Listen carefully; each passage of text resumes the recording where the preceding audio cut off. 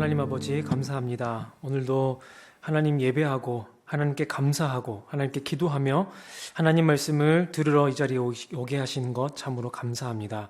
하나님 말씀의 능력으로 이 세상을 창조하시고 없는 것을 있는 것으로 만드신 그 하나님의 능력을 신뢰합니다.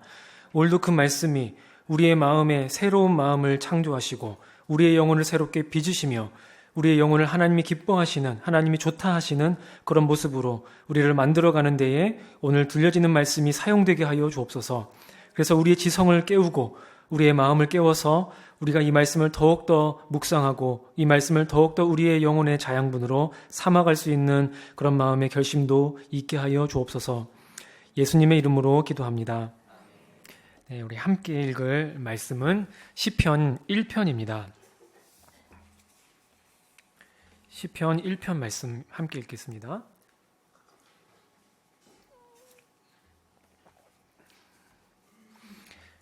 짧기 때문에 함께 1절부터 6절까지를 읽도록 하겠습니다. 복 있는 사람은 악인들의 꾀를 따르지 아니하며 죄인들의 길에 서지 아니하며 오만한 자들의 자리에 앉지 아니하고 오직 여호와의 율법을 즐거워하여 그의 율법을 주야로 묵상하는도다. 그는 시냇가에 심은 나무가 철을 따라 열매를 맺으며 그 잎사귀가 마르지 아니함 같으니 그가 하는 모든 일이 다 형통하리로다. 악인들은 그렇지 아니하며 오직 바람에 나는 겨와 같도다. 그러므로 악인들은 심판을 견디지 못하며 죄인들이 의인들의 모임에 들지 못하리로다. 무릇 의인들의 길은 여호와께서 인정하시나 악인들의 길은 망하리로다. 아멘. 2017년 글로벌 문화재단이라는 곳에서 기독교인 한 700명에게 설문조사를 했습니다. 성경 66권 중에 가장 좋아하는 성경이 무엇이냐라고 질문을 했고 세 가지로 답하도록 66권 중에 3권의 책을 고르도록 그렇게 설문조사를 했는데 가장 많이 표를 얻은 그런 성경이 무엇이었을까요? 네, 시편이었습니다. 시편이 41%로 가장 많은 표를 얻었고 그 다음에 잠언, 세 번째가 마태복음이었습니다. 많이 의외의 결과로 이제 생각하실 수가 있겠는데요.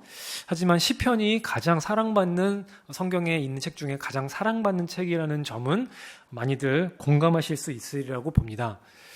그리고 성도들마다 저마다 가지고 있는 본인이 가장 애창하고 있고 가장 좋아하고 있는 시가 몇 개 있으리라고도 생각을 합니다. 그런데 이 시편 전체, 이 150편 전체를 한 권의 통일된 작품으로 보는 것은 어떨까요?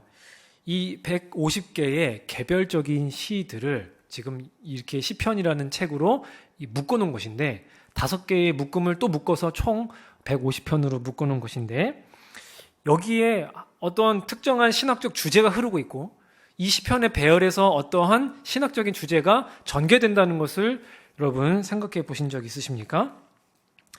오늘날 시편을 연구하는 많은 사람들은 대부분 이런 주제를 탐구합니다.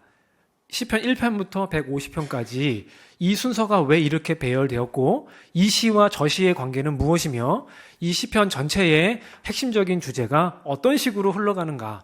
시편 150편이 개별적인 시지만 전체를 하나의 작품으로 봤을 때 뭔가 거기에 흐르는 줄거리가 있지 않는가. 이런 것을 탐구하는 게 요즘 시편 연구에서 많이 하고 있는 관심사입니다. 오늘 우리가 살펴볼 시는 바로 첫 번째 시 1편입니다. 그런데 이제 1편과 2편을 우리가 보시면요. 여기에 표제가 나와 있지가 않습니다. 3편부터는요. 다윗이 그의 아들 압살롬을 피할 때에 지은 시라고 표제가 기록되어 있는데 1편, 2편은 표제가 기록되어 있지 않습니다. 시 150편 중에 표제가 있는 게 127개가 있고 나머지가 표제가 없는데요. 표제가 없는 것들은 대부분 그 앞에 있는 시와 한 짝으로 읽으면 주제의 통일성이 있습니다. 그런데 이 시편 1편과 2편은 그 다음에 있는 시와 그렇게 짝으로 엮여 있는 느낌이 전혀 아니라서 많은 학자들이 왜 1편과 2편에는 표제가 없는가라고 질문을 했습니다. 그래서 그 질문에 많은 학자들이 동의하는 모습, 동의하면서 이제 대답한 결론이 무엇이냐면, 이 시편 1편, 2편은 150개 전체의 시에 대한 하나의 서문과 같은 역할을 한다. 나머지 시의 이정표를 제시하는 중요한 신학적인 두 개의 기둥을 보여주고 있다. 하나는 모세 오경이 말하고 있는 토라, 율법이라고 하는 주제고, 나머지 하나는 다윗 언약이 말하고 있는 왕이라는 주제. 하나님이 이 땅에 인간 왕을 세우셔서 이 세상을 통치하신다는 그 창조와 구원의 목적을 이루는 그런 주제. 이 두 개의 주제가 시편 1편과 2편이 각각 말하고 있는 내용이라고 학자들은 그렇게 소리 모아서 이야기를 합니다. 그런데 특별히 이 시가 포로기에 편집되었고 1편과 2편이 그렇게 배치됐다는 것을 생각하면 그 동기를 조금 더 가까이서 살펴볼 필요가 있습니다. 나라를 잃었고 약속의 땅에서 뽑혀나가서 바벨론의 포로가 되었고 성전도 잃었고 그리고 다윗 왕조도 멸망했습니다.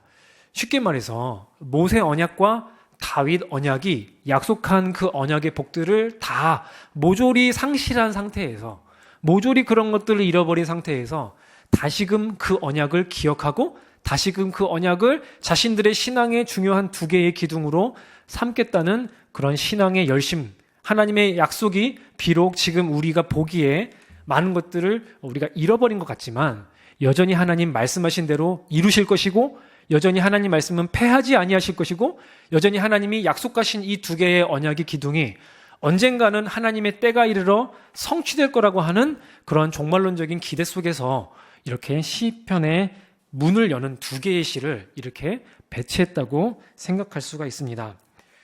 정리하면 시편 1편은 토라시입니다. 토라, 우리가 흔히 율법을 토라라고 하는데요. 히브리어로 토라를 예찬하는 하나의 시로 1편이 있고 2편은 제왕시입니다. 하나님이 이 땅을 통치하기 위해 인간 왕을 세우셔서 그를 하나님의 아들로 삼고 그로 하여금 하나님의 명령을 따라 이 세상을 다스리게 하신다. 그러한 사상을 이야기하는 게 시편 2편입니다. 그래서 이 주제가 굉장히 성경의 많은 내용 주제에서도 나타나는 것을 우리가 알 수 있습니다. 예를 들면은 이 에덴 동산에서 하나님이 인간을 하나님의 형상으로 창조하셨습니다. 하나님의 형상으로 지음받았다는 말은 다스리는 존재로, 좀 달리 말해서 왕적인 존재로 창조하셨다는 것을 의미합니다. 그러니까 하나님이 이 땅에 인간 왕을 하나님의 형상으로 창조하셔서 세우셨다는 거예요. 그리고 통치하게 하셨다는 겁니다. 그런데 그것을 통치하기 위해 어떠한 지침을 주셨느냐? 선악을 알게 하는 나무의 열매를 먹지 말라.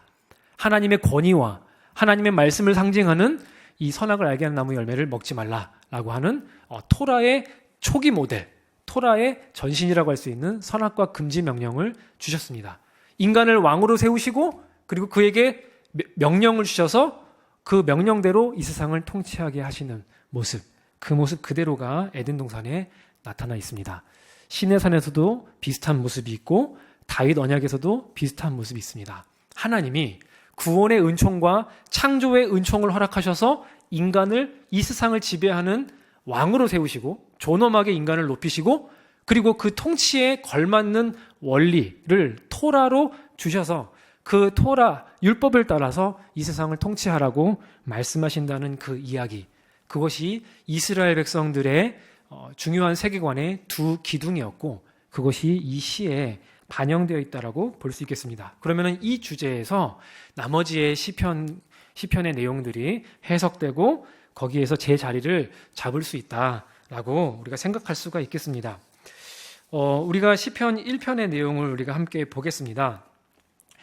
1절의 내용을 보시면요, 복 있는 사람에 대해서 이야기합니다. 이 복 있는 사람은 간단히 말해서 악에서 벗어난다. 복 있는 사람은 어떤 사람이냐? 악에서 벗어나는 존재다. 악을 극복하고 악의 지배에서 자유로워지고 악의 지배에서 건짐을 받는 그러한 존재다라는 점을 이렇게 설명합니다. 그리고 그 구체적인 내용을 세 개의 행으로 말해주고 있습니다. 악인들의 꾀를 따르지 아니하고 죄인들의 길에 서지 아니하고 오만한 자의 자리에 앉지 아니하고 이렇게 세 개의 행으로 설명하면서 복 있는 사람은 악에서 벗어난다는 것을 이야기합니다. 이 세 개의 행을 우리가 간단하게 살펴보면은 두 가지의 그 내용을 우리가 확인할 수가 있어요. 하나는 그 내용을 압축해서 말하자면 악의 일상성에 대한 내용입니다. 악은 매우 일상적이고 보편적이고 매우 경험적인, 매우 우리에게 밀착되어 있는 실제다라고 하는 점을 이야기하고 있습니다. 보시면 악인들의 꾀를 따르지 아니하고라고 말을 하는데요. 여기서 따른다는 말은 우리가 그냥 누구를 따라간다 그런 의미가 아니고 여기 원어를 보면요. 악인들의 꾀를 따라 걷지 아니하고라고 돼 있어요. 걷다라고 돼 있어요. 지금 걷다라고 하는 동사가 첫 번째 행에 나오고요. 두 번째 행에는 여기에 써 있는 것처럼 서다라는 단어가 나오고요. 세 번째 행에는 앉다라는 단어가 이렇게 평행돼서 나옵니다. 이 세 개의 동사가 걷고 서고 앉다라고 하는 동사가 이렇게 평행해서 나오는 게 주로 히브리 성경에서 어떤 것을 의미하냐면 일상적인 실제를 얘기할 때 얘기합니다. 우리 신명기 6장에서 보면은 이런 얘기를 합니다. 너희가 자녀들에게 율법을 가르칠 때에 앉을 때든지 설 때든지 길을 갈 때든지 집으로 들어올 때든지 누울 때든지 언제나 이 말씀을 강론할 것이며 라고 그렇게 말합니다. 그러니까 하나님의 말씀이 그 자녀들의 일상 전체를 지배하게끔 그에게 아주 기막힐 정도로 일상을 지배할 수 있을 만큼 그렇게 쉬지 않고 너희 자녀들에게 말씀을 가르쳐라. 부단히 가르쳐라. 전방위적으로 전면적으로 가르쳐라. 라고 할 때 이런 그 단어의 병행을 쓰거든요. 마찬가지로 악인의 꾀를 따라 걷는 것, 그리고 서는 것, 앉는 것이라고 하는 동사를 통해서 악이 어떻게 죄인들에게 일상화되어 있고 보편화되어 있고 그렇게 밀착되어 있는가를 시사해주는 내용이라고 볼 수가 있습니다.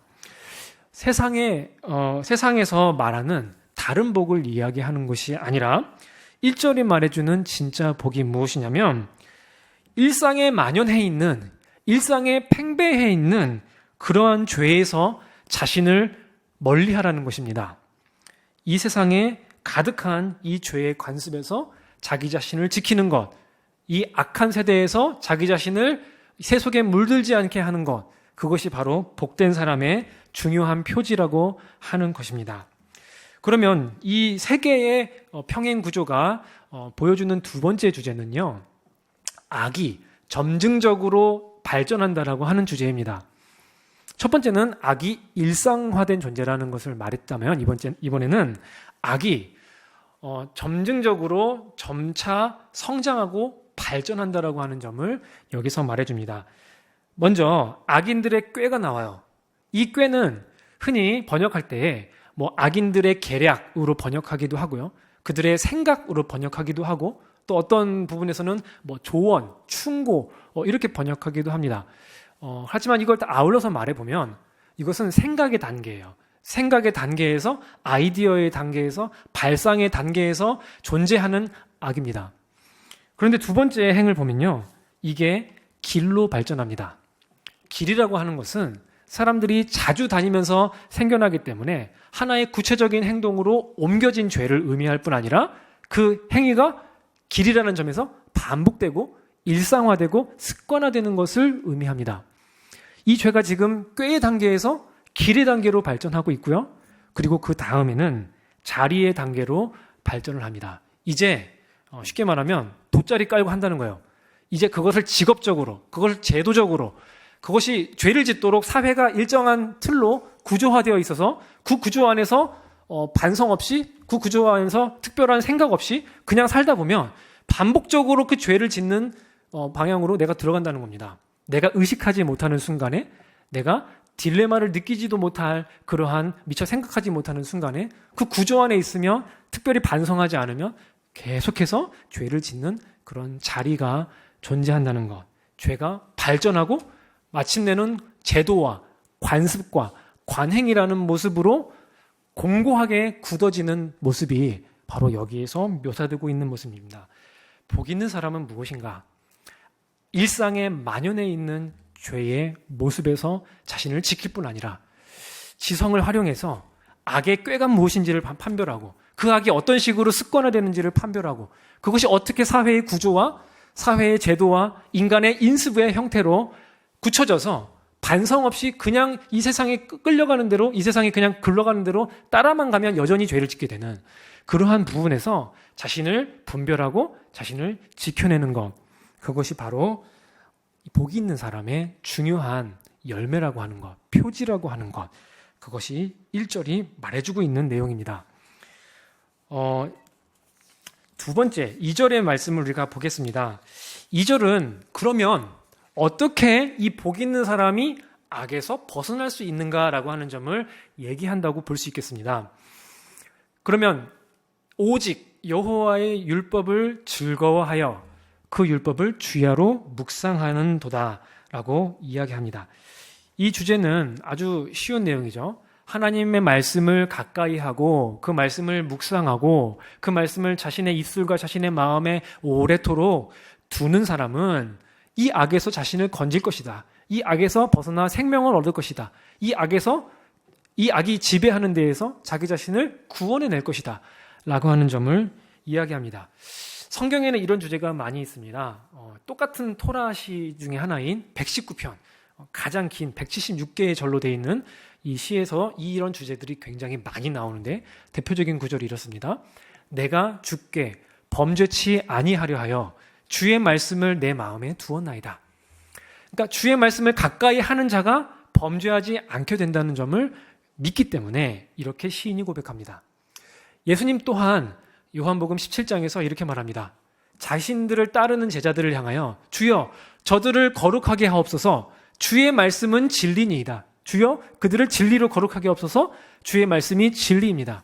하나님의 말씀이 하나님의 백성을 거룩하게 하고 이 세상의 악에서 지켜낸다라고 하는 믿음을 예수님도 갖고 있었기 때문에 하나님 아버지께 우리 하나님 백성을 위해서 그렇게 예수님이 기도하는 내용을 보시면 우리가 분명히 이 진리를 알 수 있습니다.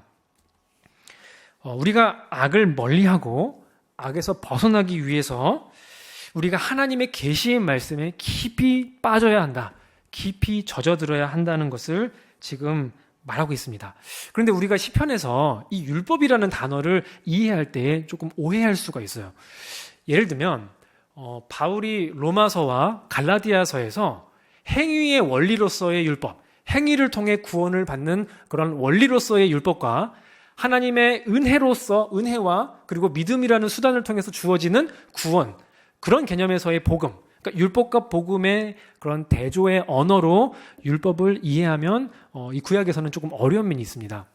지금 왜냐하면 이 토라라고 하는 단어가 자체가 야라라고 하는 단어에서 파생된 단어인데 이 단어가 무슨 단어냐면 지시하다, 안내하다, 이끌다 이런 뜻입니다. 그러니까 이거를 명사로 만든 거니까 하나님의 이끄심, 하나님의 가르치심, 하나님의 교훈 이런 의미로 토라라는 단어가 일단 쓰였기 때문에 행위로 구원을 받는 원리로서의 율법으로 우리가 그런 신학적 개념으로 이렇게 이해하면 조금 안 맞는 부분이 있습니다. 또 하나는 이 토라가 창세기부터 신명기까지의 내용으로 알려져 있어요. 그럼 창세기부터 신명기까지의 내용은 행위로 구원받는다는 원칙을 천명하고 있습니까? 그렇지 않죠. 거기에는 행위를 통해 얻는 의의 개념도 있거니와 반대로 은혜를 통해 하나님의 전적인 주권과 부르심을 통해 하나님 백성이 불러 모아졌다는 개념도 분명하게 존재합니다. 그렇기 때문에 은혜로운 그 언약의 측면도 분명하게 이 토라에 있기 때문에 여기서 말하는 율법은 우리가 모세 5경 정도로 이해하시면 가장 좋고 조금 더 이걸 쉽게 이야기하자면 하나님의 계시의 말씀으로 우리가 이렇게 치환해서 이해하시면 조금 더 이해하기가 쉬울 겁니다. 그런데 이 시인이 악에서 벗어나기 위해서 지금 이 율법을, 이 하나님의 말씀을 즐거워한다고 얘기가 되고 있어요.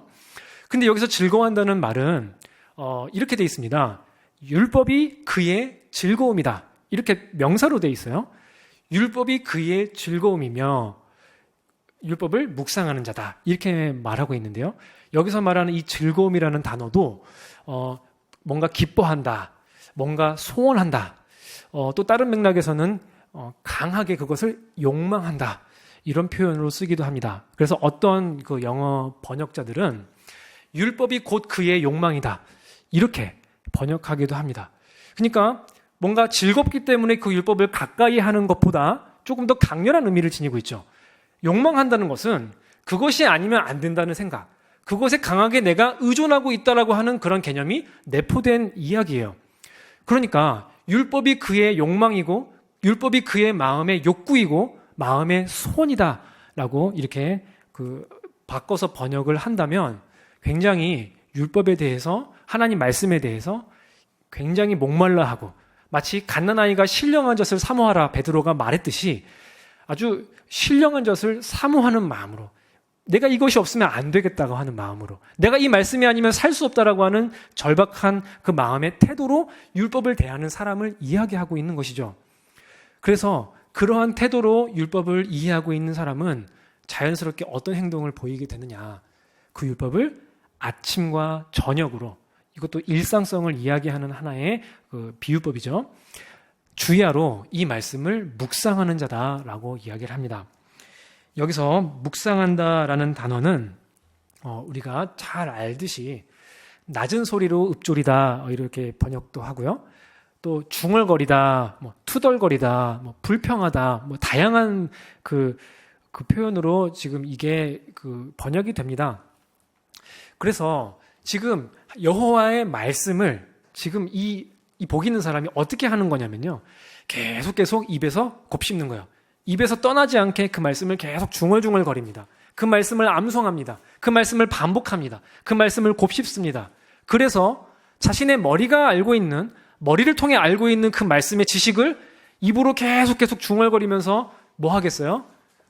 연불하듯이 그렇게 그냥 하는 게 아니라 생각하고 그것을 적용하고 그것을 묵상하고 그것으로 자신의 삶을 비춰보고 그것을 거울 삼아서 자기를 비춰보고 그것을 통해서 세상을 바라보고 그것을 통해서 하나님에 대해서 지각하고 그것을 통해서 하나님을 만나고, 이 묵상이라고 하는 하나의 수단을 통해서 찬양하고 기도하고 감사하고 자기의 영혼을 북돋기도 하고 자신의 마음을 위로하기도 하고 하나님께 간절히 호소하기도 하고 하는 다양한 행동들이 이 묵상에서 나오는 것입니다.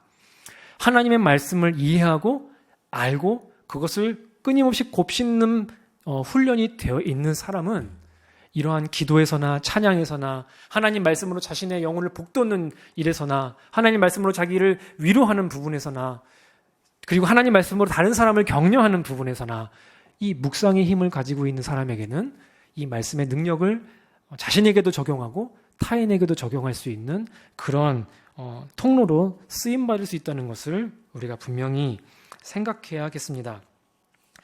실제로 이 묵상한다라는 그 하가라는 이 히브리어가요, 나중에 이제 핫가다라고 하는 그 단어로 발전을 하는데요. 핫가다는 유대 문헌 중에 하나인데 실제로 오늘날이 핫가다 하면요, 핫가다 교육법, 유대인이 주로 하는 핫가다 교육법 해서 학원에서도 이렇게 교육하면서 반복 학습을 핫가다 교육법 이렇게 말하기도 합니다. 그러니까 이것을 계속 반복 학습하는 것, 그것을 계속 곱씹는 하나의 훈련이 바로 이 묵상한다는 것의 의미라는 점을 우리가 생각할 수가 있겠습니다. 그리고 이 단어가 나중에 랍비 시대에 주후 1세기 말에서부터 시작되는 랍비 유대교에서는 중얼거린다 이런 표현보다는 이제 묵상한다, 숙고한다 이런 의미로 거의 전형적으로 쓰이게 됩니다. 그런데 이 시는 기원전에 쓰인 시이기 때문에 낮은 소리로 읊조린다, 반복하고 중얼거린다 이런 의미로 쓰일 수도 있다는 점을 우리가 생각하면 좋겠습니다. 3절에서 5절을 함께 보겠습니다. 여기서는 이제 의인의 운명과 악인의 운명을 이렇게 상반되게 대조하고 있습니다. 이 두 번째 대조는요, 식물의 대조입니다. 첫 번째 대조는 악의 지배를 받느냐, 그리고 말씀을 통해서 묵상함을 통해서 악에서 벗어나느냐, 이게 첫 번째의 이제 예였다면 두 번째의 이제 비유는 식물의 대조입니다. 의인은, 복 있는 사람은 튼튼한 나무, 생명력 있는 나무로 표현이 되고, 그리고 악인은 바람에 흩날려 사라져버리는 겨로 이 묘사가 됩니다. 이 나무가 히브리어로 엣즈인데 이 겨는 히브리어로 모츠입니다. 지금 이 시인은 엣즈와 모츠의 대조를 통해서 의인의 운명과 악인의 운명을 지금 대조하고 있는데요. 이 두 개의 대조의 가장 중요한 특징을 짚어본다면 저는 생명이라고 할 수 있을 것 같아요. 이 나무가 어디에 심겨져 있냐? 시냇가에 심겨져 있습니다. 물이 많은 곳에 그 인근에 심겨져 있어서 물의 영양의 공급을 충분히 받을 수가 있습니다. 그리고 이 나무가 시절을 쫓아 때를 쫓아서 과실을 성실하게 맺는 모습을 보여주고 그리고 그 잎사귀가 마르지 않습니다. 그 나무가 보여줄 수 있는 최고의 생명력을 있는 그대로 다 보여주는 모습이 바로 이 나무의 모습 그리고 의인의 모습이라는 것을 말하고 있습니다. 하나님의 말씀을 묵상하고 그 말씀이 가지고 있는 창조의 힘을 경험하는 사람들은 그 말씀의 능력 때문에 생명력을 갖게 될 것이고 그 말씀이 가지고 있는 생명력 때문에 많은 열매를 맺고 많은 푸른빛을 띠고 그 생명의 징후들을 자신의 삶에서 나타낼 거라는 것을 보여주는 것이 이 의인의 나무에 비유되는 그 내용이라고 볼 수가 있는데요. 반대로 악인은 바람에 나는 겨와 같다라고 이야기합니다. 여기서 겨는 무엇이냐면요. 곡식을 도정을 할 때에 벼를 도정할 때에 옛날에는 타작마당에서 타작을 한 뒤에 이제 두 가지 방식으로 도정을 합니다. 키질을 해요. 키질이 뭐냐면 삽으로 계속 바람이 부는 데에 가져가서 던지는 거예요. 그러면 무게가 있는 나달은 바닥으로 떨어지고 가벼운 껍질, 이 나달을 두르고 있는 이 벼의 껍질은 바람에 날려가는 겁니다. 이 날려가는 이 껍질이 겨예요, 겨. 그래서 채질을 해서 채해놓고 흔들어서 그렇게 겨를 날리는 것과 키질을 해서 삽을 통해서 이 바람에 겨를 날리는 두 가지 방법이 있는데 다 모두가 바람에 휩쓸려 가서 이제 농부에게 전혀 쓸모가 없는, 농부에게는 전혀 가치가 없는 그런 겨로 날려져 버린다. 그것을 이야기합니다. 이것은 자연스럽게, 이 이미지는 아주 자연스럽게 이 겨가 생명이 없는 존재라는 것을 알 수 있어요.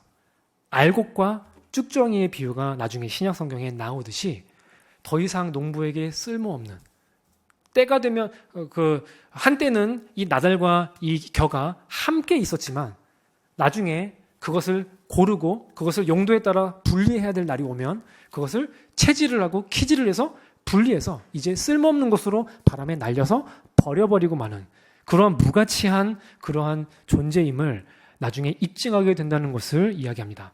하나님의 시선에서 악인은 생명이 없는 존재입니다.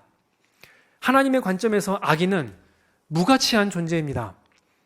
하나님의 입장에서 악인은 심판받을 수밖에 없는 그러한 존재입니다. 지금 이 개념을 이 겨의 이미지를 통해서 설명해 주고 있습니다. 아니나 다를까 이 심판의 이미지를 우리가 생각할 때쯤에 바로 5절에서 뭐라고 나오죠? 그러므로 악인이 심판을 견디지 못하며 죄인들이 의인들의 회중에 그 모임에 들지 못하리로다 라고 이야기를 합니다. 결국에 하나님이 심판하시는 때가 이르러 참과 거짓을 구분하고 알곡과 쭉정이를 분리하고 쓸모 있는 열매, 주인을 기쁘게 하는 열매와 주인에게 쓸모없는 그런 겨로 나뉘게 될 날이 올 것인데 악인의 운명은 바로 그렇게 바람에 흩날려 버리는 무가치한 겨가 되고 말 것이라고 이야기를 하고 있습니다. 우리 마지막 구절을 보겠습니다. 의인들의 길은 여호와께서 인정하시나라고 설명을 합니다. 여기서 의인들의 길과 악인들의 길이 지금 대조를 이루고 있는데요. 여호와께서 인정하신다라는 말의 의미가 뭔지를 생각해 봅시다. 우리가 얼핏 보면 의인들이 길은 여호와께서 인정하시나, 의인들이 그렇게 하나님 말씀을 따라 잘 산 거 하나님이 인정해 주신다. 하나님이 그의 삶의 가치를 인정해 주시고 그의 삶이 귀한 삶이었음을 알아주시고 뭔가 그의 삶이 뭔가 훌륭하고 아름답고 귀했음을 뭔가 이렇게 그 공로를 인정해 주시는 그런 개념으로 우리가 이제 이해하기가 쉬운데요. 여기서 인정한다는 단어는 안다는 단어예요. 안다는 단어. 야다라는 단어를 써서 여호와께서 아시나라는 단어를 씁니다. 우리가 주일에 우리 박정욱 목사님 설교를 통해서 그죠? 하나님을 아는 자, 하나님께 아신 바 된 것에 대해서 우리가 들었습니다. 그리고 이 안다는 것의 주제가 뭔가 인정해주고 알아준다라는 개념보다 하나님이 인격적으로 그와 관계하신다는 의미에서 그와 언약을 통해서 그와 관계 맺으신다는 점에서 우리가 이해해야 한다고 우리가 듣지 않았습니까? 여기서도 마찬가지입니다. 의인들의 길은 여호와께서 아시나라고 우리가 말할 때의 그 의미는 여호와께서 친히 관계하시고 언약을 맺으시고 은혜를 베푸시고 관계를 맺으시고 친히 간섭하시고 친히 돌보신다는 의미가 있습니다. 이 단어가 창세기 39장에 이렇게 쓰인 적이 있어요. 보디발이 요셉에게 자신의 집안의 대소사를 다 맡겨두고 간섭하지 않았느니라 이렇게 써요. 요셉이 그렇게 말합니다. 요셉이 보디발의 아내에게 내 주인이 나에게 이 집안의 대소사를 맡기고 집안의 일 일체를 관여하지 않았습니다. 라고 요셉이 말했을 때에 관여하지 않았다라는 단어가 야다라는 단어예요. 그러니까 지금 이 야다라는 단어는 안다는 의미도 있지만 간섭한다, 돌본다 이런 의미도 있습니다. 그러니까 결론적으로 무릇 의인들의 길을 여호와께서 아신다는 것의 의미가 무엇이냐?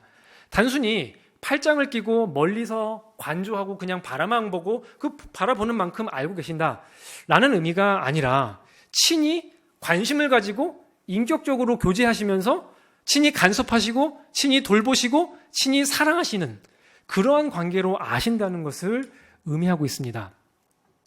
그래서 의인들의 길은 여호와께서 아신다라고 하는 말은 그만큼 하나님의 개입하심, 하나님의 사랑하심, 하나님의 돌봐주심, 하나님의 구원의 은총이 거기에 전제되어 있는 단어입니다. 단순히 인식론적으로 안다라는 의미만이 아니라 관계적으로 알고 그 의인이 그 과거와 현재와 미래를 알고 그의 연약함을 알고 그의 부족함을 알고 그가 어떤 죄를 지을지도 알고 그가 어떠한 체질을 갖고 사는 존재인지도 알고 그것을 다 알매도 불구하고 그를 택하여 사랑하고 그를 인도하고 그가 믿음이 없을 때에 그의 믿음을 북돋기 위해서 하나님이 은총과 은혜를 베풀어 주시고 그래서 결국에 하나님이 섭리하시고 가꾸시고 돌보셔서 의인다운 모습으로 살게 만드시는 하나님의 주권적인 섭리와 인도하심이 전제되어 있는 표현이라는 것을 우리가 분명히 알게 됩니다.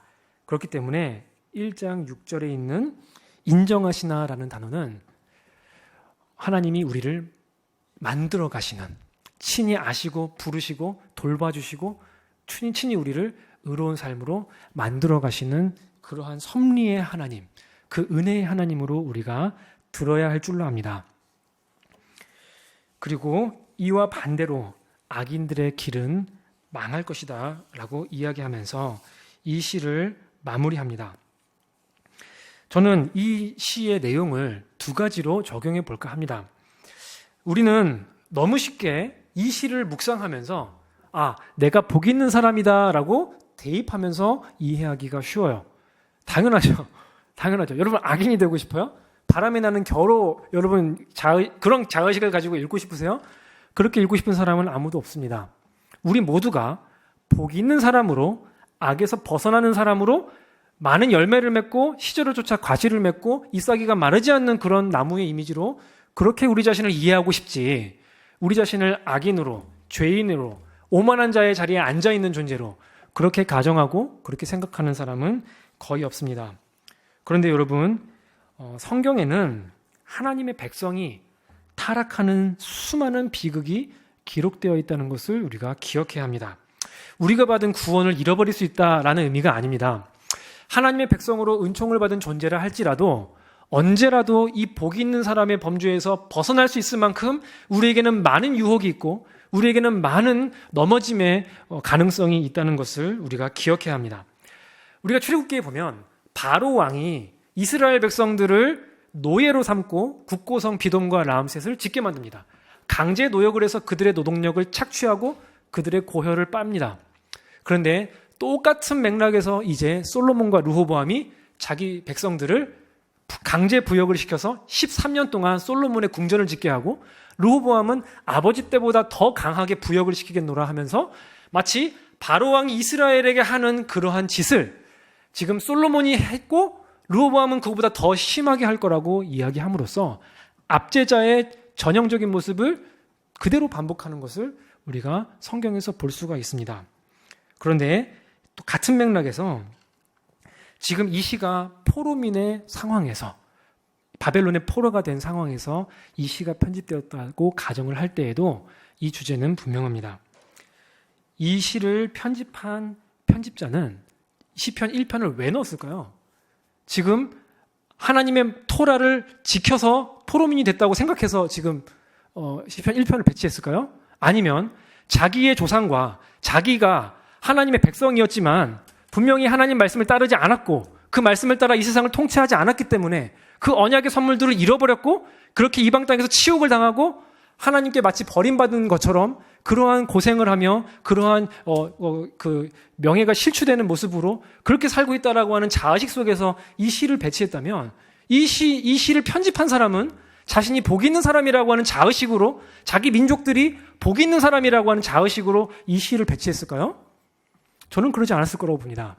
분명하게 이 시는 이정표를 제시하는 것이면서 동시에 자신들이 처한 역사적 현실, 자신들이 처한 그 언약의, 자신들이 경험하게 된 그 언약의 저주를 고스란히 받은 상태에서 자신들이 이 복 있는 사람의 범주에 들고 있는 것일까라고 하는 깊은 의문과 강한 희구, 강한 희망 속에서 이 시를 배치했으리라고 생각할 수 있습니다. 그래서 우리도 역시 이 말씀을 보면서 정말 나는 복 있는 사람이다 라고 생각하면서 여러분 적용하는 것도 나름 유익이 있고 도움이 되겠지만 혹여라도 우리가 일상화되어 있고 제도화되어 있고 구조화되어 있는 이 세상의 악에 깊이 물들어 있고 빠져 있어서 마치 르호보암과 솔로몬이 하나님의 영광의 그 왕위에 올랐지만 여전히 바로 왕이 이스라엘을 압제하듯이 그 모습을 그대로 본받고 있는 모습을 살고 있는 것은 아닌가?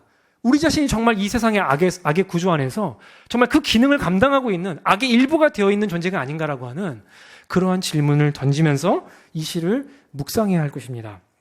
그것이 첫 번째 적용할 점이라고 봅니다. 두 번째 적용점은요, 묵상의 중요성에 대한 것입니다. 저는 이 설교를 준비했다는 점에서 적어도 여러분보다는 이 시를 좀 더 알았을 것입니다.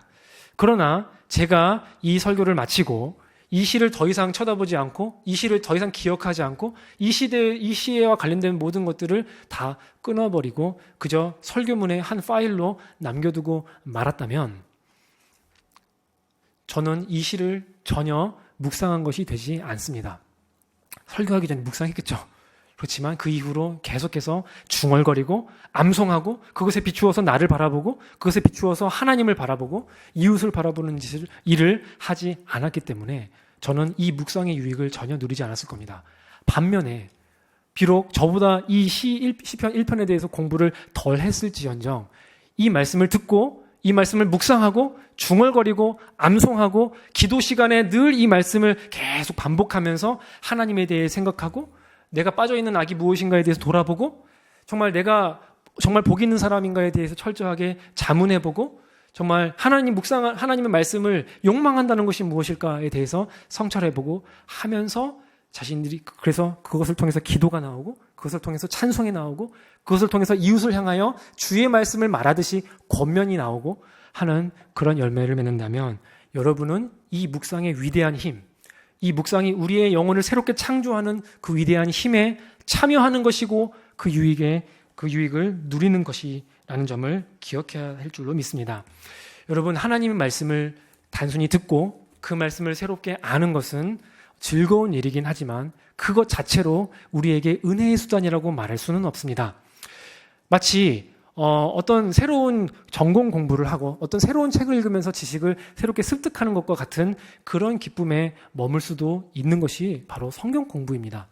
그러나 이것을 여러분 자신에게, 우리 자신에게 묵상이라고 하는 수단을 통해서 은혜의 수단으로 그것을 사용할 수 있으려면 그것이 참으로 우리에게 열매 맺을 수 있기 위해서 반복적으로 낭송하고 반복적으로 기도하고 이 시를 가지고 기도하고 이 시를 가지고 회개하고 이 시를 가지고 주변 사람들을 권면하고 이 시의 언어로 내 일상을 한번 해석해보고 하는 그 묵상의 과정이 있을 때라야 그것이 참으로 우리 자신에게 은혜의 수단으로 자리 잡게 될 것임을 우리가 기억해야 할 줄로 압니다.